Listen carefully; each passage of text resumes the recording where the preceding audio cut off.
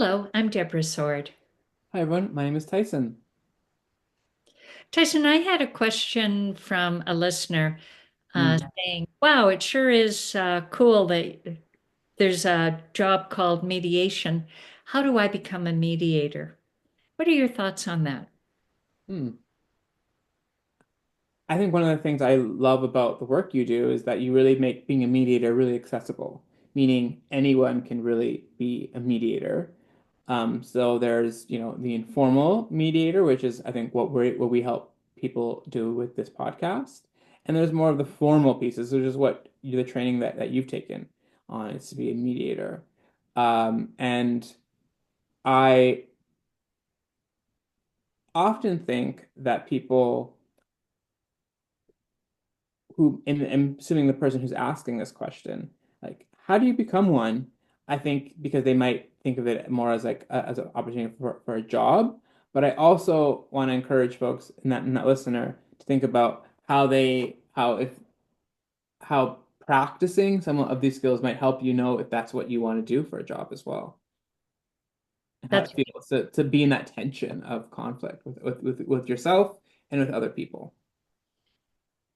that's a good point. And I want to bring up my grandfather, who I adored, and he had a probably grade three education, spoke Mm, five languages. Um, he could solve a conflict just by walking in the room. He mm, had what I call a conflict management personality. He just exuded such respect for everybody, such kindness, such empathy that people wanted to talk to him, and he could encourage them to be more generous in hmm how they approached other people. He'd never taken a course in conflict resolution in his life, uh, but he had that calm demeanor and mm, objectivity, and he could make a joke with anyone, he could talk to anybody. So I agree with you. There's the conflict management personality, and there's the conflict management job. hmm And I call it the difference between doing conflict management and being a conflict manager. One is the job, and the other is an attitude, it's an approach mm. to life, it's a way of being in the world. After doing this work for so long, I think of it as being a conflict manager, not doing conflict management. How about you? How did you get into this work? I got into this work through the lens of restorative justice, actually, and that working with youth who are in conflict with the justice system and providing opportunities for them to sit with their victims and express how they would like to repair harm. Um, and you did say something though that I thought was really interesting is doing versus being. And so I'm wondering for you, what are your thoughts about the folks who maybe do mediation but aren't really being about mediation, if you know what I mean? And I think oftentimes that's a really interesting dynamic to be in because I know for you, it's how you exist, you embody it, versus something that you just do solely for a paycheck. And so, yeah, I'm curious to know a little bit about how that sits with you and Well, there's and thank you for that. That's certainly the way I try to be. There's work for everybody. If you wanted to be a head banging, transactional, low context mediator who goes between parties and says, you have to settle and everybody gets 50% of what they want, that's fine. That works. That's very Mhm, much arbitration than mediation, but it's not facilitative. It's a particular way of settling. It's a settlement mediation. mhm, I tend to work at the other end where it's much more about building people's competence and confidence Hmm. to um, do better, do conflict better in the future, right now and going forward. So it's more skills based.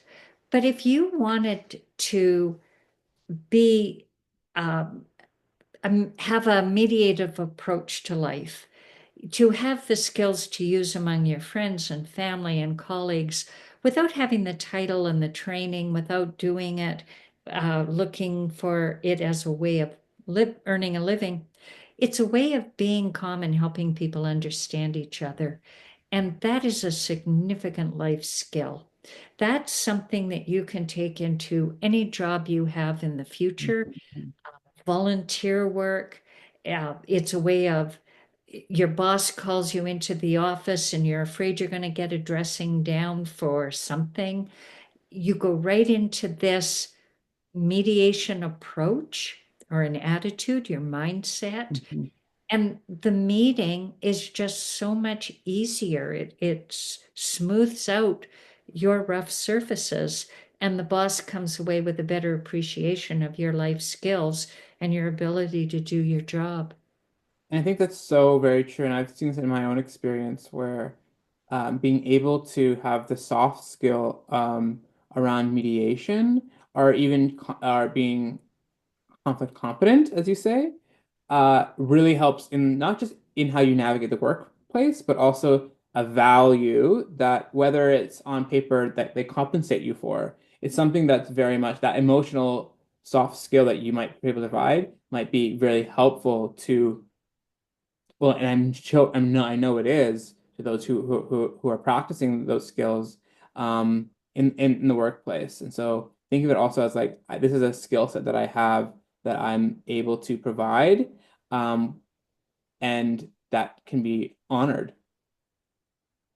Absolutely. So there's a couple of points here. One is you can be a mediator who's officially objective, impartial, not Right. involved, and paid for the session, or you're doing it as a volunteer, or you're doing it in the workplace or in your family at dinner when things get contentious, or it's just the way you want to walk through life with this particular attitude.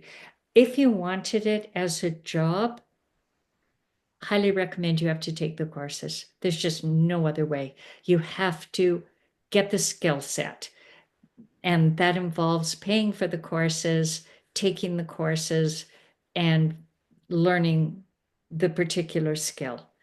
For everybody else, it's an approach to life. And you learn that the way, like take field notes, be an Right.